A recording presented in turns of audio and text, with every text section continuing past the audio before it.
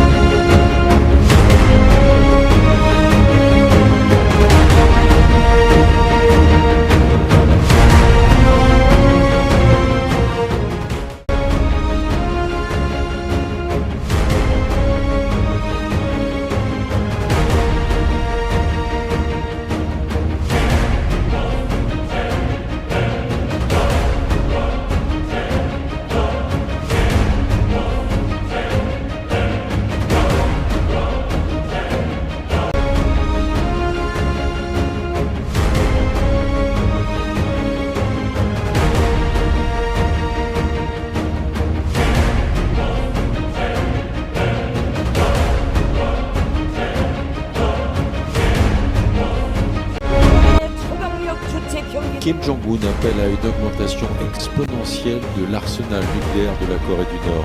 Le dictateur de Pyongyang estime nécessaire de renforcer massivement la force militaire de son pays face à ce qu'il estime être des manœuvres militaires inquiétantes des États-Unis et d'autres forces hostiles. Depuis plusieurs mois, les tensions entre Pyongyang, Séoul, Washington et Tokyo sont montées de façon spectaculaire. La Corée du Nord a lancé des missiles balistiques en direction de la mer du Japon, le premier test après 5 mois, une semaine avant le forum APEC à Séoul, 31 octobre 1er novembre, où participeront des dirigeants mondiaux, y compris le président des États-Unis, Donald Trump. L'armée sud-coréenne a rapporté le lancement des missiles balistiques depuis la province de Hwanghae. Les missiles ont parcouru 350 km vers le nord-est et ne sont pas tombés en mer. L'armée sud-coréenne est en alerte pour des provocations de la Corée du Nord. C'est le premier lancement depuis le mandat du nouveau président sud-coréen, Lee Jae-myung, qui vise le dialogue avec Pyongyang après les tensions de l'administration précédente. La Corée du Nord avait testé le 8 mai des missiles contre les forces américaines et sud-coréennes. Le gouvernement japonais a confirmé que les missiles ne sont pas tombés dans sa zone économique. La nouvelle première ministre, Sanae Takaichi, suit de près la situation. Ce lancement se produit dans le contexte de la visite de Trump à Séoul pour l'APEC et ensuite à Gyeongju le 1er novembre. Trump espère une nouvelle rencontre avec Kim Jong-un, après 3 sommets sans accord sur la dénucléarisation. Kim demande que les États-Unis acceptent une coexistence pacifique pour la reprise des pourparlers. En septembre, Kim garde des souvenirs magnifiques de Trump et est prêt pour une rencontre si les États-Unis acceptent la réalité. Kim continue le développement des programmes de missiles et nucléaires. Récemment, il a supervisé un test de moteur pour des missiles à longue portée. En octobre, Pyongyang a présenté le missile balistique intercontinental Hwasong-20 qu'il a décrit comme le plus puissant jamais.